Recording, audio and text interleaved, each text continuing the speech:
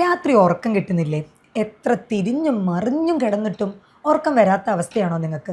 കിടന്ന ഉടനെ തന്നെ എളുപ്പം ഉറങ്ങാനായിട്ട് 5 ടിപ്സ്, 5 എളുപ്പ വഴികൾ എന്തൊക്കെയാണെന്ന് നോക്കാം. ഈ ഇൻസോംനിയ അല്ലെങ്കിൽ ഉറക്കക്കുറവ് എന്താണ്? എപ്പോഴാണ് ഇതിന് ചികിത്സ തേടേണ്ടത്? എല്ലാ ഇൻസോംനിയ അല്ലെങ്കിൽ ഉറക്കമില്ലായ്മയ്ക്കും സ്ലീപ്പിംഗ് പിൽസ് അത് ടാബ്ലറ്റ് മാത്രമാണോ ഒരു സൊല്യൂഷൻ? അതല്ലാതെ നമ്മുടെ ജീവിതശൈലി കൊണ്ട് ഇത് മാറ്റിയെടുക്കാനായിട്ട് പറ്റുമോ? എന്തൊക്കെ കാര്യങ്ങളാണ് നമ്മുടെ ഭാഗത്ത് നിന്നും തിരുത്തേണ്ടത്? എന്തൊക്കെ ഭക്ഷണങ്ങളാണ് നമ്മൾ ഉൾപ്പെടുത്തേണ്ടത് എന്നതിനെക്കുറിച്ച് നമുക്കിന്ന് ഡിസ്കസ് ചെയ്യാം. ഇത് നിങ്ങളുടെ ഡോക്ടർ ജുമാന ഹസീനേജി, doctor Jumana's homeo care, Valliyode, Vadakkanchery, Palakkad.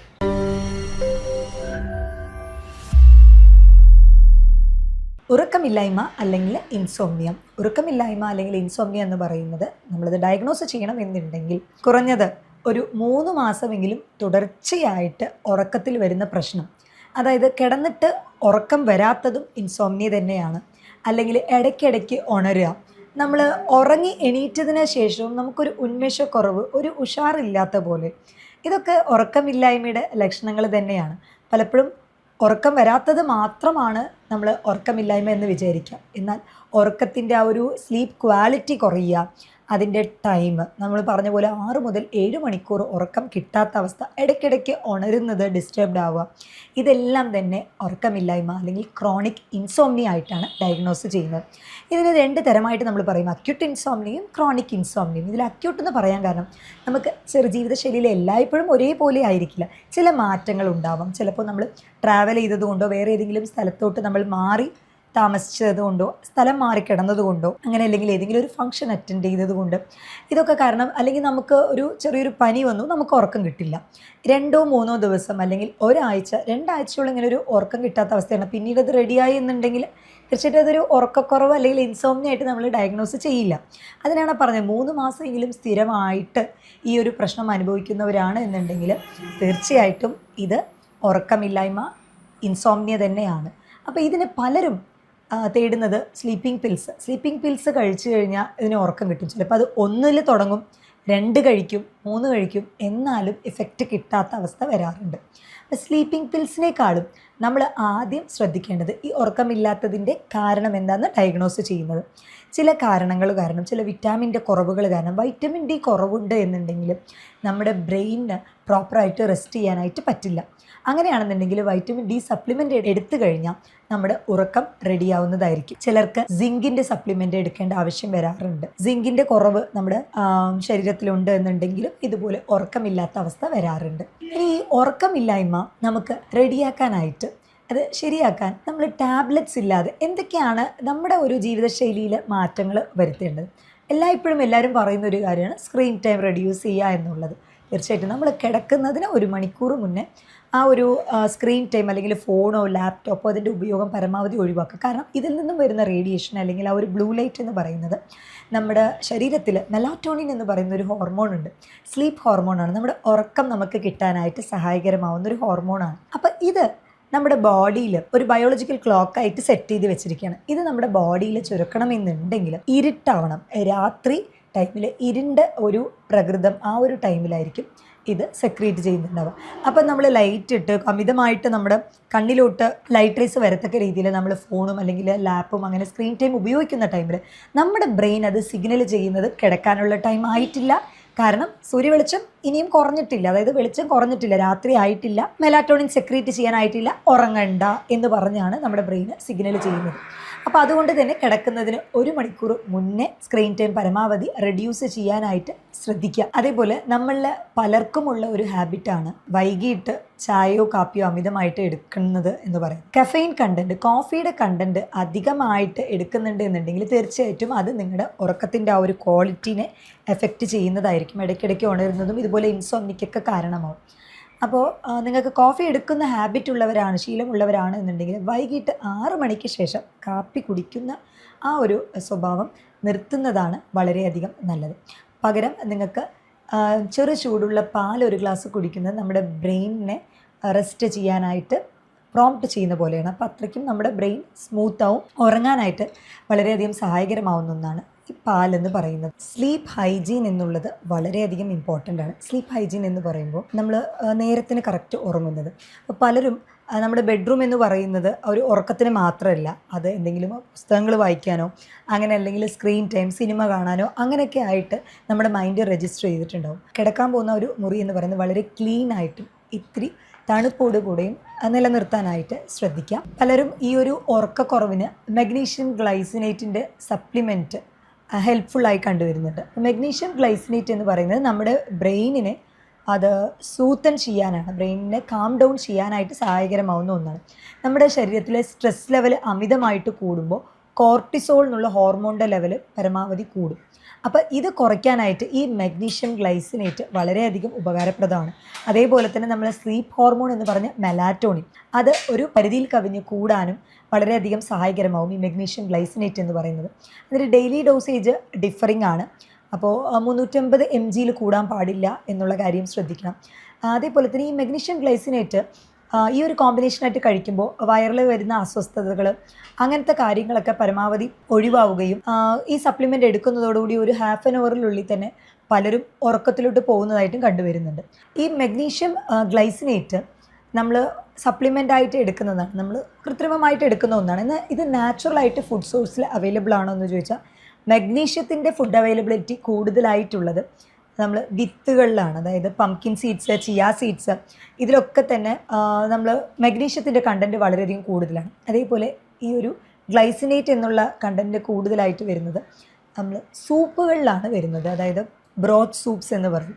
എല്ലുകളിൽ നിന്നും നമ്മുടെ ആടിൻ്റെ ആണെങ്കിലും ബീഫിൻ്റെ ആണെങ്കിലും ഉണ്ടാക്കുന്ന ആ ഒരു സൂപ്പ്, ഈ സൂപ്പുകളിൽ ഗ്ലൈസിനേറ്റിൻ്റെ ആ ഒരു കണ്ടൻറ്റ് കൂടുതലാണ്. അപ്പോൾ ഇത് രണ്ടും തന്നെ ഒരു പരിധിവരെ നിങ്ങളുടെ ഉറക്കം റെഗുലേറ്റ് ചെയ്യാനായിട്ട് സഹായിച്ചേക്കും. അതേപോലെ തന്നെ ഒരു സ്ലീപ്പ് ഷെഡ്യൂൾ, സ്ലീപ്പ് ഹൈജീൻ എന്ന് പറയുന്നത് ബെഡ്റൂം അത് ക്ലീൻ ആയിട്ട് ആ ഒരു അറ്റ്മോസ്ഫിയർ മെയിൻറ്റെയിൻ ചെയ്യാമെന്ന് മാത്രമല്ല, നമ്മൾ കറക്റ്റ് എന്നും ഒരു ടൈം മെയിൻറ്റെയിൻ ചെയ്യുക. അതായത് രാത്രി കിടക്കുന്നതും രാവിലെ ഉണരുന്നതും ഒരേ ടൈം എപ്പോഴും മെയിൻറ്റെയിൻ ചെയ്യാനായിട്ട് ശ്രദ്ധിക്കുക. ഇപ്പോൾ ലീവാണ് അല്ലെങ്കിൽ വെക്കേഷനാണ്, ആ ഒരു ടൈമിൽ കൂടുതൽ നേരം ഉറങ്ങാം, അല്ലെങ്കിൽ രാവിലെ ഉണർന്നതിന് ശേഷവും ബെഡിൽ തന്നെ കുറേ നേരം കിടക്കാം. അങ്ങനെയുള്ള ടൈമിൽ നമ്മുടെ ബ്രെയിൻ വന്ന് സിഗ്നൽ ഔട്ട് ചെയ്യും. അതായത് കിടക്കാൻ വേണ്ടി മാത്രമല്ല ബെഡ് എന്നുള്ളത് നമ്മുടെ ബ്രെയിൻ സിഗ്നൽ ഔട്ട് ചെയ്യും. അപ്പോൾ അതുകൊണ്ട് തന്നെ പരമാവധി ആ ഒരു ബെഡ്റൂം എന്ന് പറയുന്നത് നിങ്ങൾ ഇൻറ്റിമേറ്റ് ആയിട്ട് ഇരിക്കാനും അതേപോലെ തന്നെ ഉറങ്ങാനുള്ള ഒരു പ്ലേസ് ആയിട്ട് തന്നെ കണക്കാക്കാം. അങ്ങനെ അത് കണക്കാക്കുന്ന ടൈമിൽ തീർച്ചയായിട്ടും ഒരു സ്ലീപ്പ് ഹൈജീൻ മെയിൻറ്റെയിൻ ചെയ്യാനായിട്ട് പറ്റും. പിന്നെ പിൽസൊക്കെ എടുക്കുന്നതിന് മുന്നേ, അതായത് ഉറക്ക ഗുളികയൊക്കെ എടുക്കുന്നതിന് മുന്നേ നിങ്ങൾ ചെയ്യേണ്ട ചില കാര്യങ്ങൾ, ഇപ്പോൾ കഫെയിൻ, കോഫിയുടെ ഇൻടേക്ക് കുറയ്ക്കുക. അതേപോലെ ഉച്ചയ്ക്ക് ഉറങ്ങുന്ന ശീലമുള്ളവരാണ് എന്നുണ്ടെങ്കിൽ ഒരു 30 മിനിറ്റ് അതിൽ കൂടുതൽ നേരം ഉറങ്ങിപ്പോകരുത്. അങ്ങനെ ആവുന്ന ടൈമിൽ അത് രാത്രി ഉറക്കം കിട്ടാൻ ബുദ്ധിമുട്ടാവും. അതേപോലെ രാത്രി കഴിക്കുന്ന ഭക്ഷണം ഇത്തിരി ലഘുവായി കഴിക്കാനായിട്ട് ശ്രദ്ധിക്കാം. രാത്രി കിടക്കുന്നതിന് ഒരു 3 മണിക്കൂർ മുന്നേ തന്നെ ഒരു 6:30-7 ആ ഒരു ടൈമിൽ തന്നെ ഭക്ഷണം കഴിച്ചു നിർത്താനായിട്ട് ശ്രദ്ധിക്കുക. അപ്പോൾ അസിഡിറ്റിയോ അല്ലെങ്കിൽ പുളിച്ചു തേട്ടോ ഇങ്ങനത്തെ പ്രശ്നം ഉള്ളവർക്ക് തീർച്ചയായിട്ടും ഈ ഒരു മെത്തേഡ് വളരെയധികം സഹായകരമാവും. അത് കാരണം അവരുടെ ഉറക്കത്തിൻ്റെ ബുദ്ധിമുട്ട് അങ്ങനെ ഒന്നും ഇല്ലാതാക്കും. പിന്നെ സ്ട്രെസ്സും ആങ്സൈറ്റിയും, പരമാവധി ഈ സ്ട്രെസ്സും ആങ്സൈറ്റി കാരണം കോർട്ടിസോൾ ഹോർമോൺ ലെവൽ കൂടും. അപ്പോൾ അങ്ങനെയുള്ളവർക്ക് നമ്മൾ അശ്വഗന്ധ വളരെയധികം ഇഫക്റ്റീവാണ്. ആൻഡ് ഞാൻ നേരത്തെ പറഞ്ഞ പോലെ സപ്ലിമെൻറ്റ് മഗ്നീഷ്യം ഗ്ലൈസിനേറ്റും വളരെയധികം ഇഫക്റ്റീവാണ് ശരീരത്തിലെ കോർട്ടിസോൾ ലെവൽ കുറയ്ക്കുക എന്നുള്ളത്. അപ്പോൾ ഇതൊക്കെ നമ്മൾ മെഡിസിൻ അല്ലെങ്കിൽ സപ്ലിമെൻറ്റ്, അതല്ലാതെ നാച്ചുറലായിട്ട് തന്നെ നമ്മുടെ കോർട്ടിസോൾ ലെവൽ കുറയ്ക്കാൻ എന്താ ഒരു വഴി? ദിവസവും 30-40 മിനിറ്റ് നേരം നടക്കുക. ഈ നടത്തം എന്ന് പറയുന്നത് നമ്മുടെ ശരീരത്തിലെ സ്ട്രെസ് ഹോർമോൺ കോർട്ടിസോളിനെ കുറയ്ക്കാൻ വളരെയധികം സഹായകരമാവുന്ന ഒന്നാണ്. അതേപോലെ ഇപ്പോൾ ജിമ്മിനും വർക്കൗട്ട്സിനൊക്കെ പോകുന്നവരാണെന്നുണ്ടെങ്കിൽ പരമാവധി അത് രാവിലെ ആക്കാനായിട്ട് ശ്രദ്ധിക്കുക. കാരണം വൈകിട്ടുള്ള നേരം ജിമ്മ്, വർക്കൗട്ട്സ് അല്ലെങ്കിൽ ചെസ്സ്, എന്തെങ്കിലും മൈൻഡ് ഗെയിംസ്, അങ്ങനെ ഉറങ്ങുന്നതിന് കുറച്ച് നേരം മുന്നേ ഇങ്ങനെ ഒരുപാട് മൈൻഡ് ആക്റ്റീവായിട്ട് ഇരിക്കുന്ന ടൈമിൽ പിന്നീട് അത് റെസ്റ്റ് പീരീഡിലോട്ട് അല്ലെങ്കിൽ ആ ഉറക്കത്തിലോട്ട് പോകാൻ ഭയങ്കര ബുദ്ധിമുട്ടുണ്ടാവും. അപ്പോൾ പിൽസൊക്കെ എടുക്കുന്നതിന് മുന്നേ നിങ്ങൾ നാച്ചുറൽ റെമഡീസ് ട്രൈ ചെയ്യുക. അതിലും ഹെൽപ്ഫുള്ളായിട്ടുള്ള ഒന്നാണ് CBTI എന്ന് പറയുന്നത്, കൊഗ്നിറ്റീവ് ബിഹേവിയറൽ തെറാപ്പി ഇൻസോംനിയ. ഒരു 4-8 സെഷൻസ് എടുത്തു കഴിയുമ്പോൾ തന്നെ നല്ല റിസൾട്ട് കിട്ടാറുണ്ട്. മെഡിസിൻസിൻ്റെ സഹായമൊന്നും ഇല്ലാതെ തന്നെ അവർക്ക് സ്വയം ഉറങ്ങാനായിട്ട് സാധിച്ചിട്ടുമുണ്ട്. അപ്പോൾ ഈ CBT ഇൻസോംനിയ എന്ന് പറയുന്നത് ഇതിൽ മെയിൻലി നമ്മൾ ഫോക്കസ് ചെയ്യുന്നത് ഉറങ്ങാനുള്ള സ്ഥലം, ബെഡ്റൂം എന്ന് പറയുന്നത് അത് ഉറക്കത്തിന് മാത്രമുള്ളത്. അപ്പോൾ നിങ്ങൾ കിടന്നു നോക്കുക, നിങ്ങളൊരു 20 മിനിറ്റ്സ് നോക്കുക, ഉറക്കം വന്നില്ല എന്നുണ്ടെങ്കിൽ എണീക്കുക, ആ പ്ലേസിൽ നിന്ന് മാറുക. എന്നിട്ട് നിങ്ങൾ എയ്തർ നിങ്ങൾക്ക് ബുക്ക് റീഡ് ചെയ്യണം എന്നുണ്ടെങ്കിൽ ബുക്ക് വായിക്കണം എന്നുണ്ടെങ്കിൽ ബുക്ക് വായിക്കാം, അതും അല്ലാന്നുണ്ടെങ്കിൽ എന്തെങ്കിലും എഴുതാനായിട്ട് ശ്രദ്ധിക്കുക. ഇന്നത്തെ നടന്ന കാര്യങ്ങളോ അങ്ങനെ ഗ്രാറ്റിറ്റ്യൂഡ് മെസ്സേജോ അങ്ങനെയൊക്കെ ആയിട്ട് നിങ്ങൾക്ക് എഴുതാനായിട്ട് ശ്രദ്ധിക്കാം. വായനയും അതേപോലെ എഴുത്തും ഇത് രണ്ടും തന്നെ ബ്രെയിൻ ഒന്നുകൂടി സൂത്തനിങ് ചെയ്യും, അതും ഉറക്കം വരാൻ സഹായകരമാകും. അപ്പോൾ 20 മിനിറ്റിൽ കൂടുതൽ ഉറക്കം കിട്ടിയില്ല എന്നുണ്ടെങ്കിൽ ആ പ്ലേസിൽ നിന്ന് മാറുക എന്നുള്ളത് ഒരു മെയിൻ ഇമ്പോർട്ടൻ്റ് ആയിട്ട് ശ്രദ്ധിക്കേണ്ട കാര്യമാണ്. അപ്പോൾ ഇങ്ങനെ ചില ടിപ്പുകളൊക്കെ വെച്ചിട്ടാണ് നമ്മൾ ഈ CBT അല്ലെങ്കിൽ കോഗ്നിറ്റീവ് ബിഹേവിയറൽ തെറാപ്പി ഇൻസോംനിയ ചെയ്യുന്നത്. ഇത് ചെയ്ത് കഴിയുമ്പോൾ നല്ല റിസൾട്ടും ഇതുവരെ കിട്ടിയിട്ടുണ്ട്. ഇനി തൊട്ട് ഉറക്കം കിട്ടാനായി നല്ലൊരു ഉറക്കം കിട്ടാനായി ആഗ്രഹിക്കുന്നുണ്ട് എന്നുണ്ടെങ്കിൽ പിൽസിനെ അല്ല ഡിപ്പെൻഡ് ചെയ്യേണ്ടത്, നിങ്ങളുടെ ജീവിതശൈലിയിലാണ് ആദ്യം മാറ്റം വരുത്തേണ്ടത്. അതിലും നിങ്ങൾക്ക് നല്ലൊരു ഉറക്കം കിട്ടിയില്ല എന്നുണ്ടെങ്കിൽ തീർച്ചയായിട്ടും നിങ്ങൾക്ക് സപ്ലിമെൻറ്റും ഹെർബൽ മെഡിസിൻസും ട്രൈ ചെയ്യാവുന്നതാണ്. അതിൻ്റെ ഒപ്പം തന്നെ ഈ കോഗ്നിറ്റീവ് ബിഹേവിയറൽ തെറാപ്പി ഇൻസോംനിയ അത് വളരെ ഇഫക്റ്റീവായിരിക്കും. 40-50 കഴിഞ്ഞ സ്ത്രീകളിൽ, മെനോപോസ് ആയ സ്ത്രീകളിൽ ഹോർമോൺ ഇംബാലൻസ് കാരണം പല സ്ത്രീകളിലും എസ്ട്രജൻ്റെ കുറവ് കാരണം ഹൃദയമിടിപ്പ് കൂടാം, ഭയങ്കര ഹോട്ട് ഫ്ലഷസ്, ചൂട് കൂടുന്ന പോലെ, വിയർപ്പ് കൂടുന്ന പോലെ, അതിൻ്റെ ഒപ്പം തന്നെ ഈ ഉറക്കമില്ലായ്മ ഈ ഒരു പ്രശ്നവും കണ്ടുവരാറുണ്ട്. അപ്പോൾ അങ്ങനെയുള്ളവർക്കും നമ്മൾ പ്രോപ്പർലി അവരുടെ ഇഷ്യൂസ് എന്തെന്ന് കണ്ടറിഞ്ഞിട്ടാണ് നമ്മൾ ട്രീറ്റ്മെൻറ്റ് കൊടുക്കേണ്ടത്. അപ്പോൾ മെനോപോസോടനുബന്ധിച്ച് കാൽഷ്യം അധികം അടങ്ങിയിട്ടുള്ള ഭക്ഷണങ്ങൾ എടുക്കാനായിട്ട് ശ്രദ്ധിക്കാം. 1-2 മിനിറ്റിൽ നിങ്ങൾ ഉറങ്ങണമെന്നുണ്ടെങ്കിൽ രാത്രി നേരത്തെ ഭക്ഷണം കഴിക്കുക 7:30 ആകുമ്പോൾ. അതേപോലെ തന്നെ കോഫിയുടെ ഇൻടേക്ക്, കഫെയിൻ കണ്ടന്റ്, ചായയും കാപ്പിയും വൈകിട്ട് കുടിക്കാതിരിക്കാനായിട്ട് ശ്രദ്ധിക്കാം. ദിവസവും ഒരേ നേരത്തിൽ കിടക്കാനും അതേപോലെ എണീക്കാനും മാക്സിമം ട്രൈ ചെയ്യുക. അതേപോലെ സ്ലീപ്പ് ഹൈജീൻ മെയിൻറ്റെയിൻ ചെയ്യുക. നമ്മുടെ ബെഡ്റൂമും കാര്യങ്ങളും ഒക്കെ നമ്മൾ ഉറങ്ങത്തക്ക രീതിയിൽ മെയിൻറ്റെയിൻ ചെയ്യുക. അതിൻ്റെ ടെമ്പറേച്ചറൊക്കെ ആ രീതിക്ക് സെറ്റാക്കിയിട്ട് വെക്കുക. നമ്മുടെ മൈൻഡിൽ ഓവർ സ്ട്രെസ് ഉണ്ട് എന്നുണ്ടെങ്കിൽ അത് പരമാവധി കുറയ്ക്കാനായിട്ട് ശ്രദ്ധിക്കുക. നമ്മൾ ബ്രീത്തിങ് എക്സസൈസ് വളരെയധികം ഹെൽപ്ഫുള്ളാണ്. 3-4-8, അതായത് 3 സെക്കൻഡ് ശ്വാസം ഉള്ളിലോട്ട് വലിച്ചു പിടിച്ചിട്ട് 4 സെക്കൻഡ് അത് ഹോൾഡ് ചെയ്യുക, പിന്നെ അത് 8 സെക്കൻഡ് പുറത്തോട്ട് എക്സ്ഹെയിൽ ചെയ്യുക. ഇങ്ങനത്തെ ബ്രീത്തിങ് എക്സസൈസുകളും ഒരു പരിധിവരെ ഇൻസോംനിയ അല്ലെങ്കിൽ ഉറക്കമില്ലായ്മ മാറാനായിട്ട് അല്ലെങ്കിൽ എളുപ്പം നിങ്ങൾക്ക് ഉറങ്ങാനായിട്ട് സഹായകരമാവുന്ന വഴിയാണ്. ഇൻസോംനിയ അല്ലെങ്കിൽ ഉറക്കക്കുറവിനെക്കുറിച്ച് നിങ്ങൾക്ക് എന്തെങ്കിലും സംശയമുണ്ട് എന്നുണ്ടെങ്കിൽ താഴെ തന്നിട്ടുള്ള എൻ്റെ ഈ വാട്സപ്പ് നമ്പറിൽ നിങ്ങൾക്ക് ബന്ധപ്പെടാവുന്നതാണ്. മറ്റൊരു ഹെൽത്ത് ടോപ്പിക്കുമായിട്ട് വീണ്ടും കാണാം. ഇത് നിങ്ങളുടെ doctor Jumana Haseen AG, doctor Jumana's homeo care, Valliyode, Palakkad.